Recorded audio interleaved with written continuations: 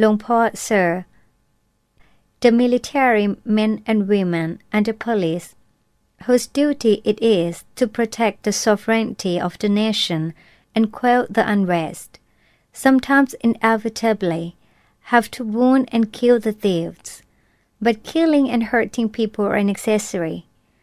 I would like to ask Longpo whether this kind of killing is more or less sinful than general killing.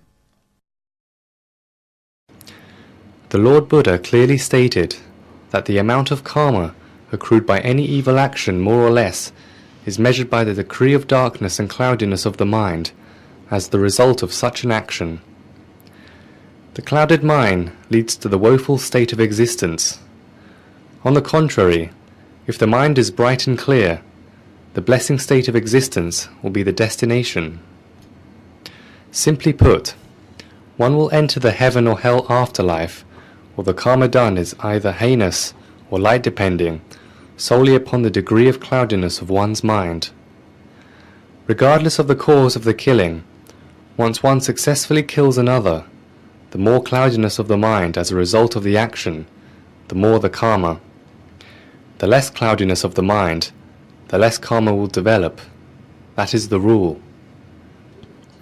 In the case of killing others to defend oneself, without being overpowered by any hate or anger towards the opponents, for instance, the soldier fights to protect both the lives and the safety of the nation, then that is one thing.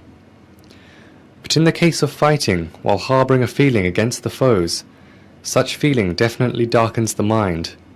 That is another thing.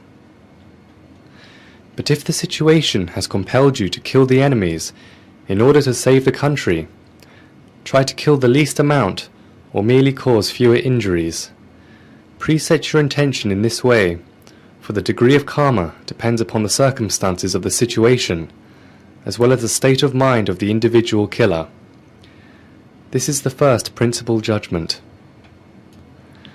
The second principal judgment is to consider whether after having committed the killing, how the killers feel. If they triumphantly exult, the karma is doubled.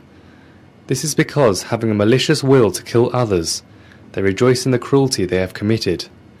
Thus their minds are heavily darkened. On the other hand, when the critical situation forces them to kill the intruders in order to save their lives and protect the nation, they do not delight in killing them. However, they later in retrospect review the cause of the conflict and are settled that it was an efficient measure to prevent a possible reoccurrence. This is because they realize the deterioration of the quality of the mind caused by the merciless conduct, as well as being conscious that both they and their adversaries are human beings. The worst is when the invaders, who intrude the borders to kill our soldiers and our border police, were perhaps deluded or deceived by their superior officers to enter into the battlefield. Or they may have been hired or intoxicated with additive drugs.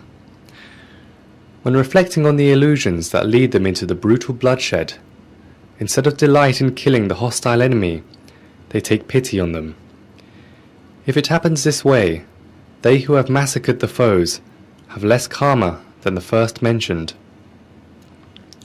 Furthermore, after having killed or wounded the opponents, they arrange the burial ceremony for them. Or after having wounded the enemy, they send for the doctors or the ambulances. In addition, they go as far as to perform some meritorious deeds and dedicate the merits and the goodness to the souls of the deceased. Most of all, it would be the best, after the meritorious dedication, to try not to recall the cruelty.